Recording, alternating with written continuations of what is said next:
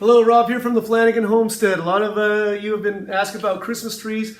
One of the things you need to know is how it affects the family. And I'm proud of my family that I have right here. You haven't seen them all on camera before.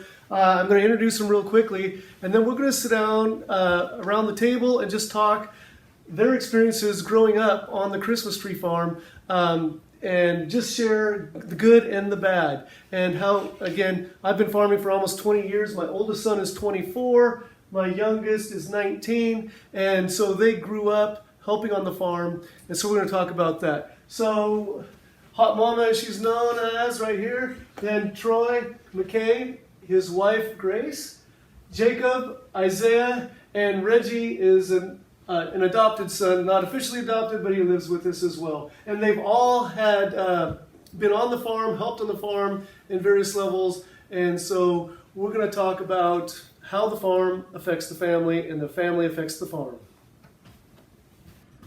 All right, so I'm sitting at the dining room table with my family here. These four boys have been my main crew for a lot of years. One of the things that I want to say before we get started is not only have I enjoyed the Christmas tree farm because it's been a financial benefit for us, and it's a way that my boys can learn to work, I can teach them to work, and they can earn money with a flexible schedule. But then when it comes harvest time, people have loved the trees, and they love my work crew right here, and they talk about how good of workers I have, how helpful, what great young men they are. So not only am I proud of my farm, but I'm also more proud of my four boys, and getting a chance to work with them and develop a business with my sons has been great. So we're just going to talk about some of the experiences, which many were good, but not all are good. And you're going to hear some of our stories today. And we're just going to start talking and see what comes up. All right, so who wants to tell a story, any story, good or bad? Something that you enjoyed, something you didn't like. When I think of the tree farm, literally the first thing that comes to mind every single time is when the first year Troy and I sheared trees, and we were like, "Oh, we got this. We're so ready. We're gonna cut and do all that stuff." And then you're like, "All right, but we're going to actually get ready for this. Like, swing some blades in the front lawn. Okay, do this. Okay, we'll only do it for 3 hours." And then 3 hours into it, Troy and I are trying to shear, and we can't even hold on to the knife, and it's flying out of our hand behind us. So we can't shear near anybody because the knife is just getting launched behind us because there's just no grip anymore. Oh, that was just great times. And then you try to start shooting left-handed, which just puts dents in the trees. Yeah, still not as bad as Eli's shearing. That's another story. But so you referred to it, and it's completely true. You go into that, you haven't sheared since the last year, and then you go out there to go shearing, and that first day, you blisters, and then this muscle right here lifting it back up, it is dead. So yeah, we normally breaking in shearing with a short day the first day and building up is an important thing. And you guys have done a lot of shearing. What were you going to say about Eli's shearing?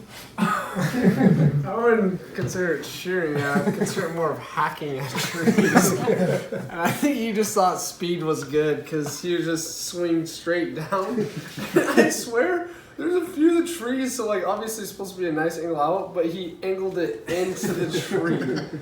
And so those trees weren't sold for a few years. Yeah, fortunately they can recover. But yeah, I remember going to the bank, actually, it was a Friday, so I was paying everyone. I went to the bank to pick up cash to pay all of you. And I came back, and I drove up in the truck, and I see Eli swinging like it was a baseball bat at the tree. And I didn't even get a chance to go to the truck going, "What are you doing?" But anyway, he did a number of good trees, but I think he was just tired at that point. Anything else? My first thing that comes to my head is throwing the tops of the trees at each other from the top of the ladders. That's hurting each other. Being on top of the ladders, having this like probably 1.5 foot long like leader that we had just cut off. Floppy, dense. Yeah. Smack you in the face. just making sure that your brothers weren't looking, so that you could huck it across the field at each other was so fun, especially when you're on top of a ladder. So to be clear to those people on video, when the trees get up to about 7 to 8 feet tall, to work the tops, you have to get on a ladder. And then some trees, the leader really takes off when the nobles extend, sometimes 3 feet long, sometimes there's 2. So we're cutting off this leader that's yay long, and your brother's on top of a ladder a few rows away, and you gotta chuck it and see if you can hit in the back or in the head or whatever. And normally I don't like a lot of screwing around on the tree farm, but it was expected. Practice. If you cut a long leader off, you throw it and see if you can hit a brother. Yeah. Yeah, and then always the good ones of you get the 13-foot tree that you're trying to haul out of the middle of the field, and when we didn't have the quads going, it's The 13-foot tree with like the 2-foot Yeah. stump. Oh. So bad. yeah, it takes 5 minutes just to cut it down, let alone haul it out, and that was brutal. Six Berries, always could thank them for that. Yeah. Good stuff. Or the Nigros. Yeah, the Tigers would always get the Yeah. big grand. But they would get the ones that right in the front. Yeah. That's been part of the learning experience too, was how to shear the trees so that you didn't have those big thick trunks, and it was quite a culling process getting rid of those. Yeah. We are finally at the point that, well, we have a few more of the big trunk trees left, but after this next couple of years, we will never have to deal with that again. Hopefully, not ever have to deal with that again. Anything else about, how about the summer work? The handles, the shearing, the Don't say handles. catching, Don't say handles. don't say handles, yeah. Yeah. So, I think that I mean I didn't like waking up early in the summertime. As a kid, you're like, oh, summertime, I get to sleep in.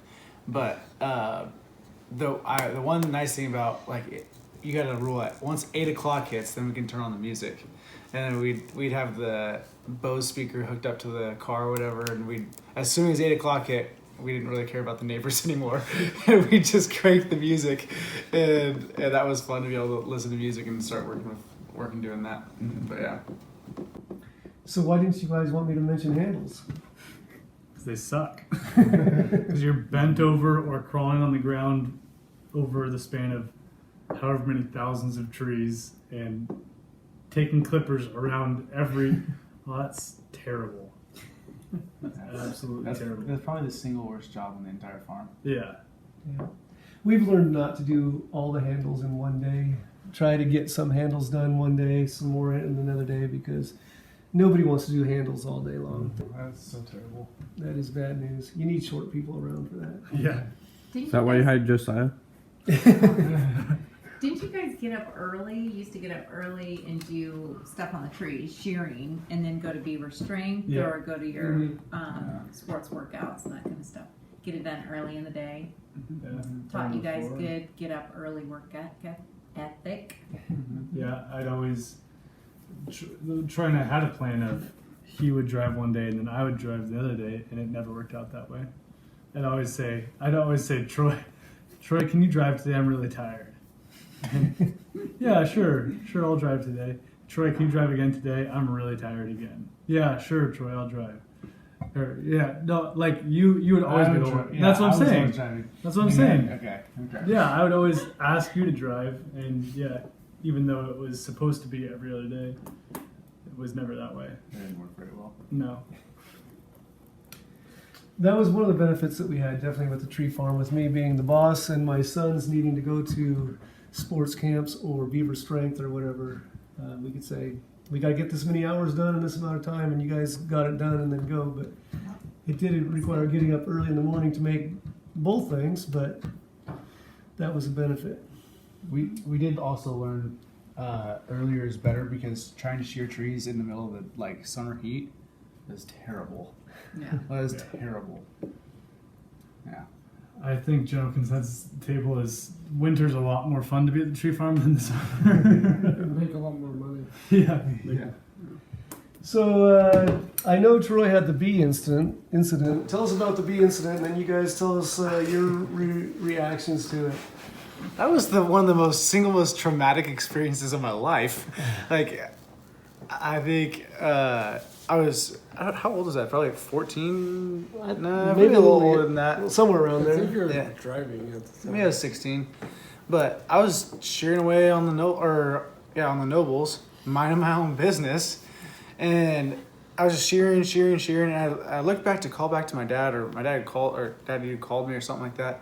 And I look back, and all I see is like 4 or 5 of these black hornets just, and just like hauling at me, and it's like their stingers were already like pointed at me or something like that. Flying backwards. Yeah, exactly. and those things hit my face, bam, and like hit me right here on the cheek and like the upper like the temple area. And my face swelled up so bad, like a freaking Oompa Loompa, and that was, and then, but I have a knife and like the clippers in my hand. I can't even get them off my face. I almost chopped my ear off trying to get them off my face, trying to like get them off, and I remember screaming out, and you guys either not paying attention or whatever, and nobody really cared until I wandered over and everybody's like, oh my gosh. And then you wanted me to get back to work, and I'm like, no, I'm not working anymore. I'm done for the day. I'm sorry, I'm going home. And then like adding on to that story, like my face like after like 2 weeks finally was like coming down from the swelling. Maybe it's a week, it just felt longer. But I went to Jake's house and stayed the night at his house, and I'd again gotten back to where my face looked normal again, but then I'd slept on that side of my like body, and so when I woke up in the morning, like Jody goes, "What's wrong with your face?" It had re-swollen again, and I had to explain the whole situation, and yeah, that was not fun. But, Was that around there was some party up here, it must have been just like the end of school year party or something. yeah, the school year party or my birthday party or whatever it was, but yeah. Probably your birthday party, because we're usually shearing late July, early August. So Yeah. Being swollen faced when you're trying to have a birthday party is not fun. Wasn't there a year, and it was, I think, opening day of the season of U-Cut season, and Pearl had her piglets right in the nativity, didn't she? yeah, she gave birth during Yeah, the tree season. yeah. And everybody got to see brand new piglets there at the farm, and that was just super fun. And the fact that she had them right next to the manger scene in the nativity set area there, I thought that was pretty fun. Do any of you guys remember building the nativity scene or the manger scene for the petting zoo? You remember what the weather was like that day? Super cool. Super cold and wet. And you guys were complaining at the time, and it was probably one of those most miserable days to work.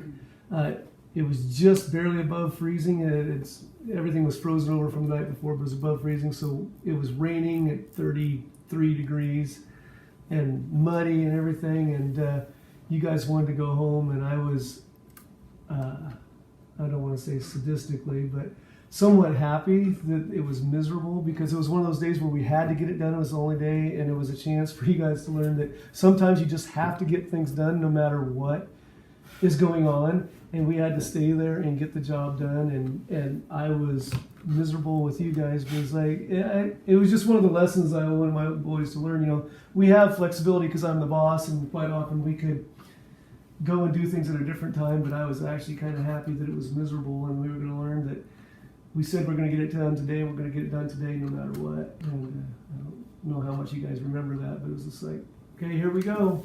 Mm-hmm. Yeah. You guys have learned so much about customer service on the tree farm, dealing with happy customers and not so happy customers, but giving great customer service no matter what. Crazy customers, irrational. No, but you've just learned some really good work ethic out there too. Not that you didn't have good work ethic before, but you learned a lot about work ethic out there. So talking about the harvest season, that's just like every farmer, just like your dad loves harvest season on the potato farm or alfalfa.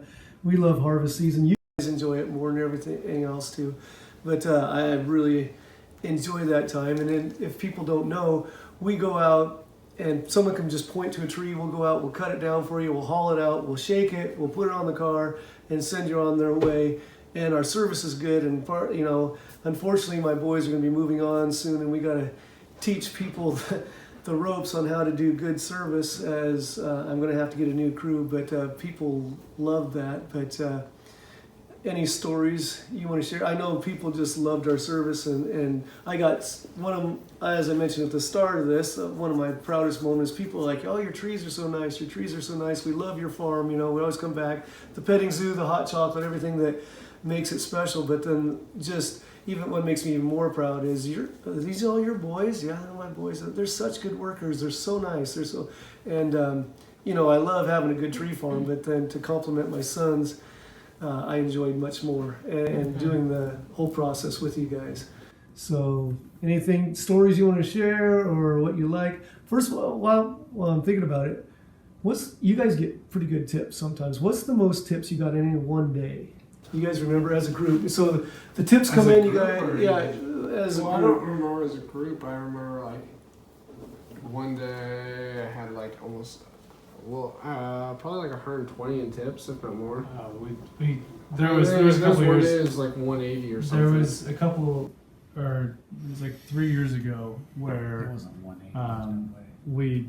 it was one of those 200 and some odd tree days, and people saw how hard we were working. I know for a fact that we got up over 200 in tips per person, which was I was there. not there for that day. Yeah, I remember that. So Jacob was there, Derek was there. Probably Eli. One of those days I was Think just there so. all the whole Yeah. day. It was probably a big sales day, and we weren't at a full crew, so Exactly. people that were there People felt really- bad for us, and they just kept on Yeah. loading us up. So yeah, there's days for hours you guys are just running and Yeah. loading up, and but people see you doing that, and if they know there's a tip jar, it does go well for you guys there.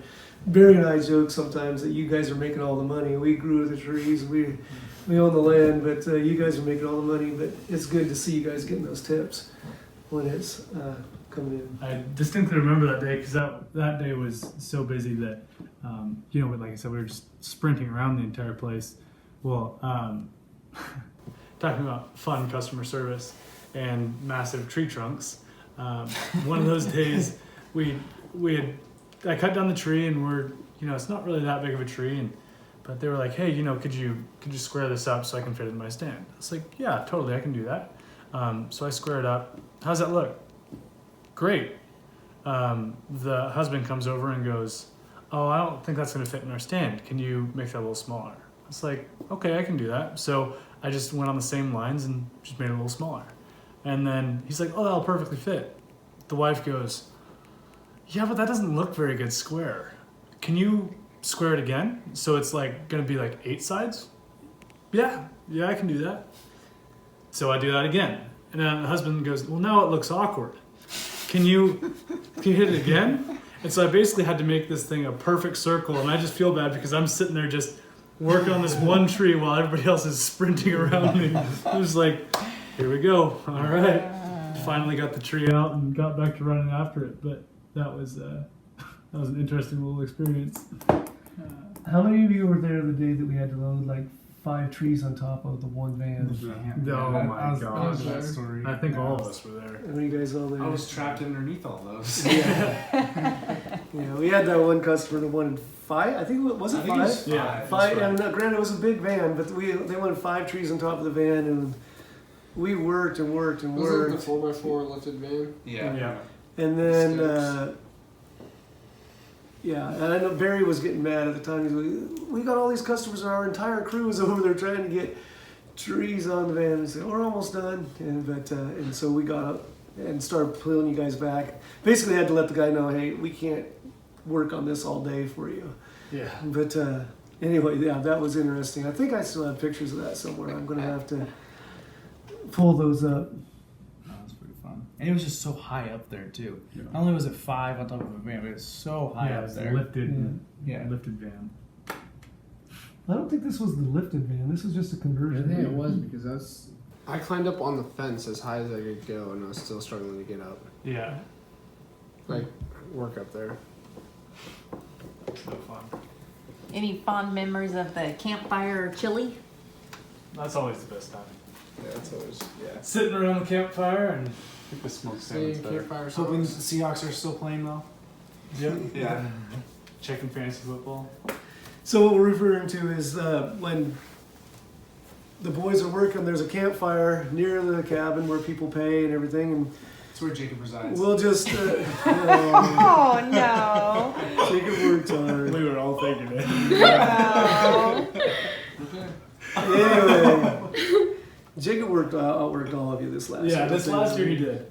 Yeah. Anyway, but Jacob was leapfrogging over the trailer and the Yeah. quad, or We'll- onto the we'll quad. cook hot dogs. We put a big old gallon can of chili on there and just let soups and chilies cook up. And And the smoked salmon. yeah, and Barry usually brings out smoked salmon. My partner's a good fisherman, and just working on that. Sometimes you just run. You can't have a chance to eat, and then you just take a spoonful and keep going, and then it goes busy, and all of a sudden everybody's gone, and you're like, oh, okay. You get a bite to eat, Uh-huh. and then all of a sudden, just trucks start pulling down the driveway. Here they come, and we love trucks as opposed to cars and vans and everything.